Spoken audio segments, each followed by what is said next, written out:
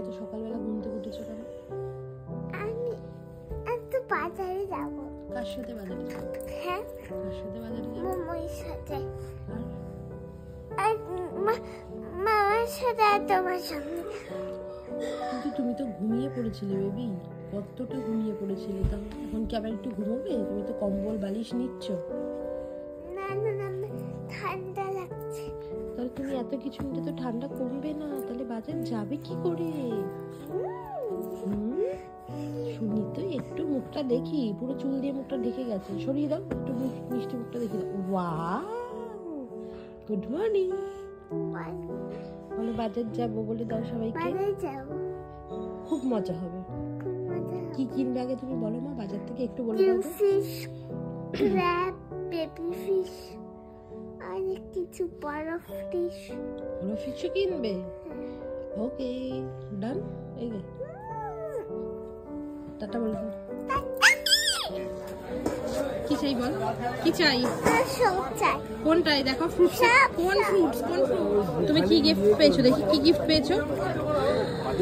তোমায় টেস্ট করতে দিল বাবা। নমস্কার বন্ধুরা, তোমরা তো দেখতেই পেলে আমার আজকের ভিডিওর শুরুটা কিন্তু একদম অন্যরকম। আশা করছি তোমাদের খুব ভালো লাগবে। আজকে কিন্তু আমি রান্নার রেসিপি শেয়ার করব, কিন্তু তার সাথে আমাদের বাড়ির এই ছোট্ট সদস্যের বাজার যাওয়ার আনন্দটাও তোমাদের সাথে শেয়ার না করে পারলাম না।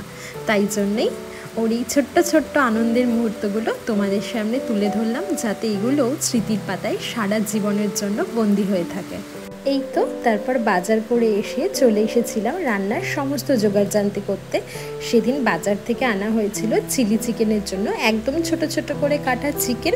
আর যেহেতু চিলি চিকেন করা হবে, তাই জন্য ভেবেছিলাম একটু ফ্রাইড রাইসও করা যাক।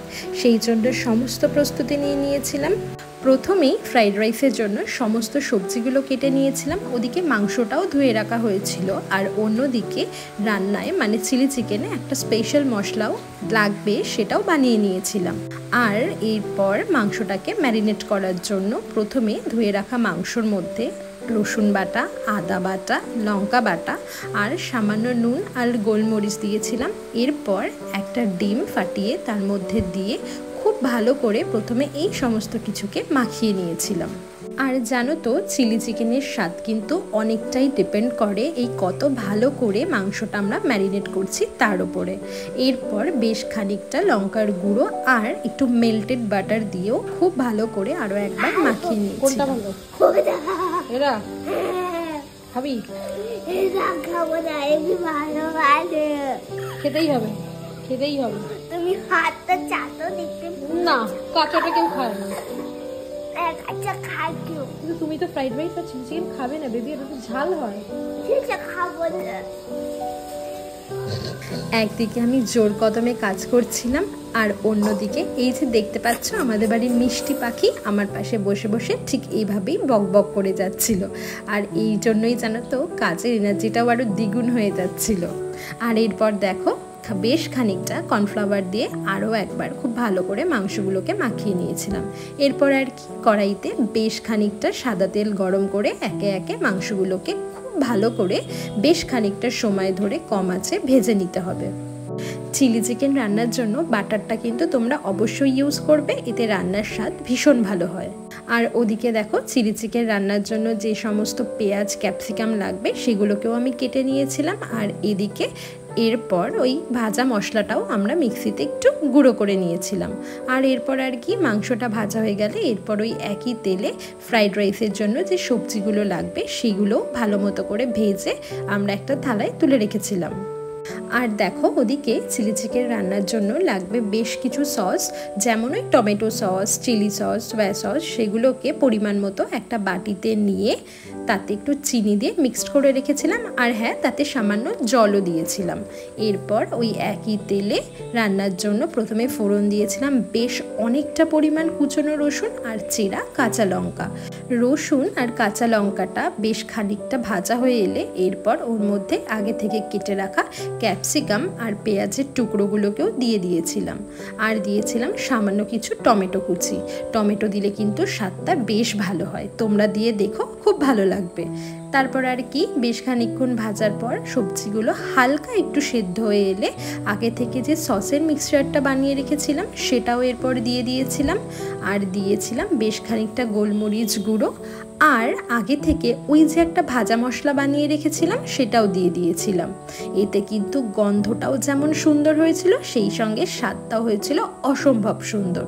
সমস্ত কিছু দিয়ে বেশ খানিকক্ষণ রান্না করার পর এরপর আগে থেকে ভেজে রাখা মাংসর টুকরোগুলোকেও দিয়ে দিয়েছিলাম, আর বেশ খানিকক্ষণ সময় ওই একটু কষিয়ে নিয়েছিলাম, যদিও এই রান্নাতে কষানোর সেরকম দরকার নেই।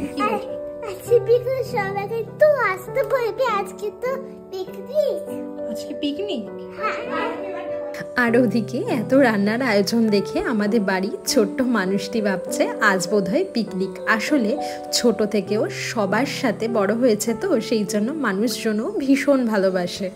আর দেখো ওদিকে কথা বলতে বলতে মাংসটা প্রায় রান্না হয়ে গিয়েছিল। ঝোলটা ফুটে এলে এরপর একটা বাটিতে সামান্য কর্নফ্লাওয়ার বেশ খানিকটা জলের মধ্যে একটু গুলে নিয়ে এই রান্নার মধ্যে দিয়ে দিয়েছিলাম।